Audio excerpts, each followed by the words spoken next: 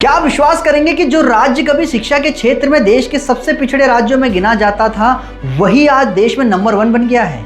नीति आयोग की शिक्षा गुणवत्ता रिपोर्ट 2026 के अनुसार पंजाब ने केरल, महाराष्ट्र और दिल्ली जैसे राज्यों को पीछे छोड़ते हुए स्कूली शिक्षा में देश का पहला स्थान हासिल कर लिया है। लेकिन सवाल यह है कि आखिर ऐसा हुआ क्या कि 27वें स्थान पर पहुंच चुका पंजाब कुछ ही वर्षों में देश का टॉप परफॉर्मर बन गया। कुछ साल पहले तक पंजाब के सरकारी स्कूलों की हालत चिंताजनक मानी जाती थी। 2016-17 में पंजाब शिक्षा के क्षेत्र में 22वें स्थान पर था। 2018-19 में ये 26वें स्थान पर पहुंच गया और 2020 तक पंजाब 27वें स्थान पर फिसल चुका था।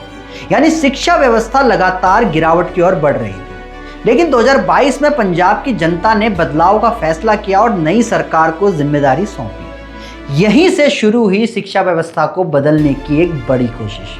अब बात करते हैं ताजा रिपोर्ट की। नीति आयोग की शिक्षा गुणवत्ता रिपोर्ट 2026 के अनुसार पंजाब ने देश में पहला स्थान हासिल किया है। तीसरी कक्षा के भाषा कौशल में पंजाब के बच्चों ने 82% दक्षता हासिल की, वहीं केरल 75% पर रहा। गणित में पंजाब का प्रदर्शन 78% रहा, जबकि केरल 70% तक ही पहुंच पाया। 9वीं कक्षा के गणित में भी पंजाब ने 52% अंक हासिल किए, जबकि केरल 45% पर रहा। ये आंकड़े दिखाते हैं कि पंजाब के सरकारी स्कूलों में बच्चों की बुनियादी शिक्षा पहले से कहीं ज्यादा मजबूत हुई है। सिर्फ रिजल्ट ही नहीं, स्कूलों का इंफ्रास्ट्रक्चर भी तेजी से बदला है। आज पंजाब के 99.9% सरकारी स्कूलों में बिजली उपलब्ध है। 99% स्कूलों में चालू कंप्यूटर मौजूद हैं। 80% से ज्यादा स्कूलों में स्मार्ट क्लासरूम बनाए जा चुके हैं। अगर तुलना करें तो स्मार्ट क्लासरूम की उपलब्धता पंजाब में 80.1% पर है, जबकि हरियाणा 50.3% पर।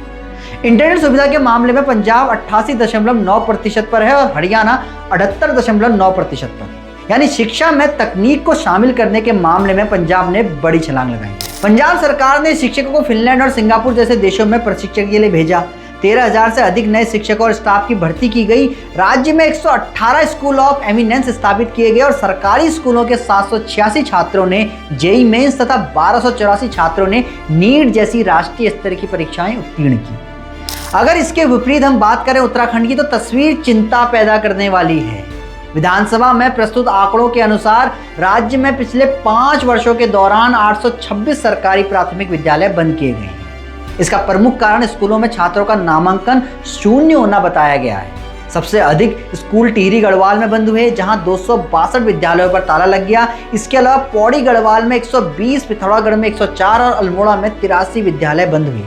यह स्थिति पहाड़ों से लगातार हो रहे पलायन और सरकारी शिक्षा व्यवस्था में घटते भरोसे की ओर संकेत करती है।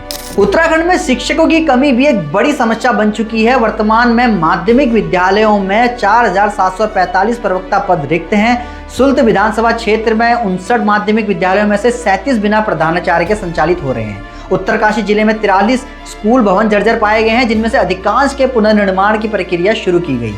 इन दोनों राज्यों की स्थिति एक महत्वपूर्ण प्रश्न खड़ा करती है।